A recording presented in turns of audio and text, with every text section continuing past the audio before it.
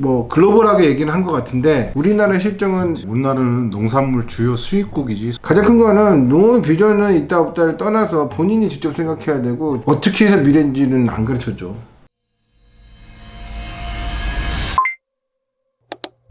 집 로저스 알아요?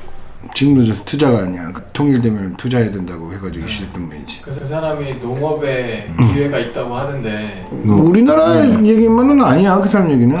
농업에 비전이 있고 미래가 있다는 거는 그 식량난이나 이런 문제가 지금 심각해지고 있고 거기에다가 이게 글로벌하게 얘기한 거야. 근데 이게 오해가 살만한 게 뭐냐면 우리나라는 여기 해당 안 되는 아니 그러니까 전체 글로벌하게 얘기한다. 글로벌하게. 우리나라 모르니까 자기가 보면은 자기 미국인이잖아. 미국도 농업에 미래가 있다는 거야.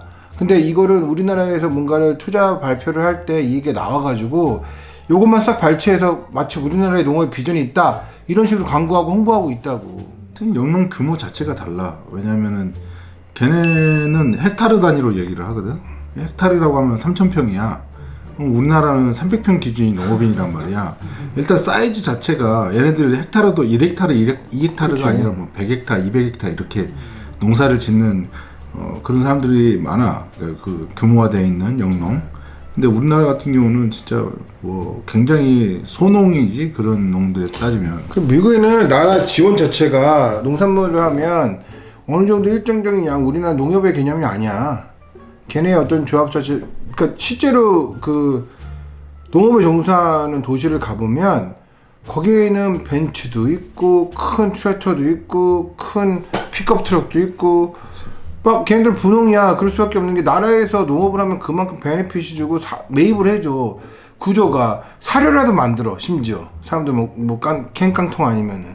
근데 우리나라는 자기들 파는 것까지 고민해야 되고 그 파는 걸 고민하다 보니까 농협이라는 걸 세워가지고 지자체에서 그들이랑 같이 뭔가를 해준다고 하는데 농사 지려고 빌렸던 돈도 안 되게 매입을 하잖아. 그러다 보니까 농업의 비전을 못 찾고 있는 거지 거꾸로 얘기하면.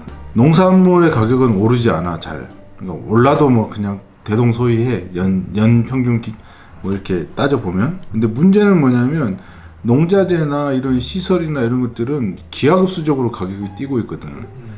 그러니까 물론 이제 정부 보조나 지원 사업이 있기는 하지만 이런 측면을 따져본다면 우리는 농사를 짓기도 전에 지금 뭐 최소한 2억에서 3억 정도의 돈이 있어야 농업이라는 걸 시작할 수 있다라는 기준을 가지고 있거든.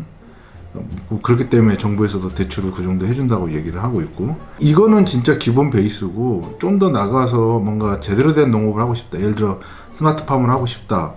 이거는 뭐 그냥 어떤 장비를 어떻게 거냐에 따라서 이거 뭐 가늠할 수 없는 금액으로 이렇게 치닫거든. 근데 일손은 계속해서 모자라고 이 사람의 노동력의 부족한 부분을 기계로 대체하다 보니까 이게 영농 장비들이 진짜 이게 이제 그동안 보지 못했던 것들이 너무나 많이 생겨가지고 농업의 미래에 있어서 비전이 있는 건 맞는데 그 비전이 누구나한테 다 존재하지 않는다라는 거에 대한 거는 굉장히 불편한 진실이지. 그러니까 뭐 규모화되어 있는 영농을 하시는 분들이나 스마트팜이라든지 첨단화되어 있는 농업을 하시는 분들에게는 분명 미래가 있고 또 그와 관련되어 있는 빅데이터나 AI 쪽으로 연구하시는 분들도 미래가 있지, 비전이 있지, 그분들한테는. 왜냐하면 정부에서 지원해 줄 거니까. 근데 실질적으로 몸으로 때우는 농민들한테는 얼마나 혜택이 가고 지원이 가고 그분들이 생산한 농산물에 대해서 얼마나 가격을 쳐주겠냐는 거예요. 그런 측면을 따진다면 농업의 비전은 과연 정말로 실제 생산하는 농업인들에게는 얼마나 있겠냐를 따져본다고 했을 때는 내가 볼 때는 물음표가 많고 짐 로저스가 얘기한 거는 우리나라 현실하고는 좀 동떨어져 있다는 느낌이 많이 들어.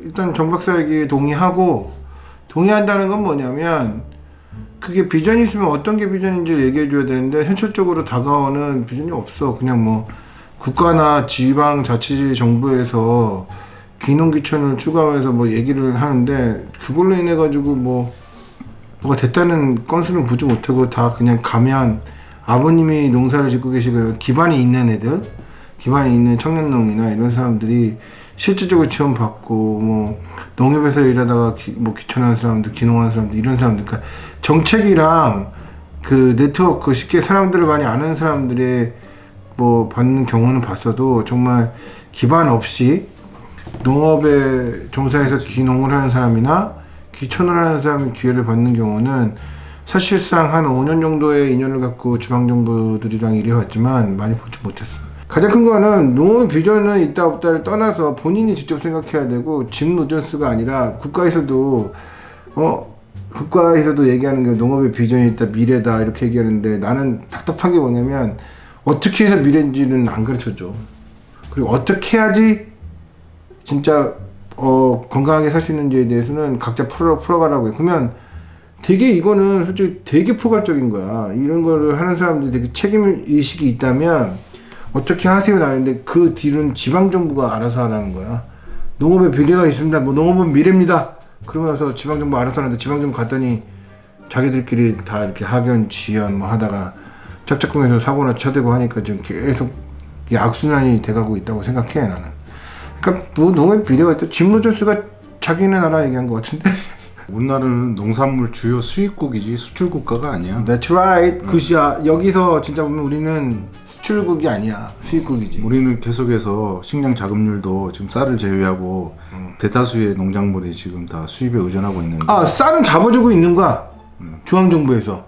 쌀까지 뺏기면 완전히 이거는 정말 최악이거든. 뭐 어쨌든 그런 상황에 있는 나라가 농업에 비전이 있다라고 얘기했을 때는 내가 볼 때는 어불성설인 부분도 있지만 한편으로는 기술력에 대한 부분은 우리가 비전을 둘 수는 있다라는 생각을 해. 스마트팜에 관련돼 있는 뭐 빅데이터나 AI 관련 기술이라든가 뭐 아니면 농자재, 그 뭐 농약, 뭐 이런 원료들, 그다음에 종자 이런 것들은 충분히 우리가 가져갈 수 있는 농업의 어떤 비전이 있는 부분이라고 나는 생각이 드는데 생산된 농산물의 어떤 기준으로 가져가기에는 좀 한계성이 있다. 그러니까 물론 이제 뭐 기업농이나 아니면 큰 규모화된 영농에서는 충분히 가능한 일이지만 통상적으로 우리가 생각해 볼 수 있는 가족농 형태의 소농이라고 한다면 과연 어디까지를 비전이라고 얘기할 수 있을까를 따져봤을 때 한계성이 있다라는 거지. 앞으로 이제 뭐 사막화도 많이 이루어지고 있고 또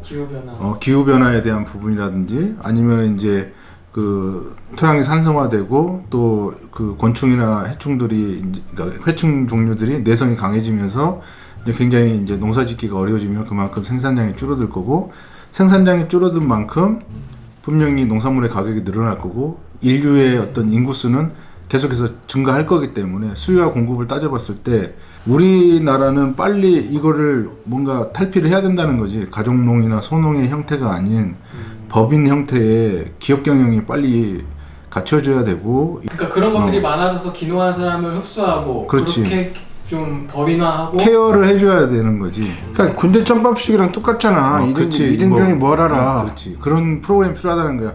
그러니까 뭐 장목반이나 이런 것들이 잘 만들어져 있는 곳도 있고 그 다음에 이제 영농조합의 형태로 해서 공동 구매라든지 공동 판매를 하는 곳들도 있단 말이야. 그런 체계들을 잘 갖춰놔야 돼요. 요즘에 이제 강소농이라고 해서 작지만 강한 뭐 이렇게 농업 해가지고 이제 그런 슬로건으로 그런 교육들을 하는 것들이 많아. 그래서 품질이 높은 또는 부가가치가 높은 농업을 하자.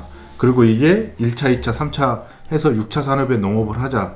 이런 이야기들은 많은데 어떻게 팔 거야? 그게 실질적으로 이런 것들을 실현을 할 수 있게끔 그러니까 정말 짜임새 있는 구조나 체계를 만들어 놔야 된다라는 거지. 그렇지 않는 상태에서 뭔가를 하다 보면 기존의 기득권자들이 자기 기득권을 놓치려고 하지 않을 거고 또 새롭게 들어가는 사람들은 진입장벽이 너무 높으니까 쉽게 포기할 수밖에 없다라는 거지. 그러니까 그런 부분들을 완충작용을 해줄 수 있는 그런 제도적인 장치가 마련이 돼야 된다라는 거야.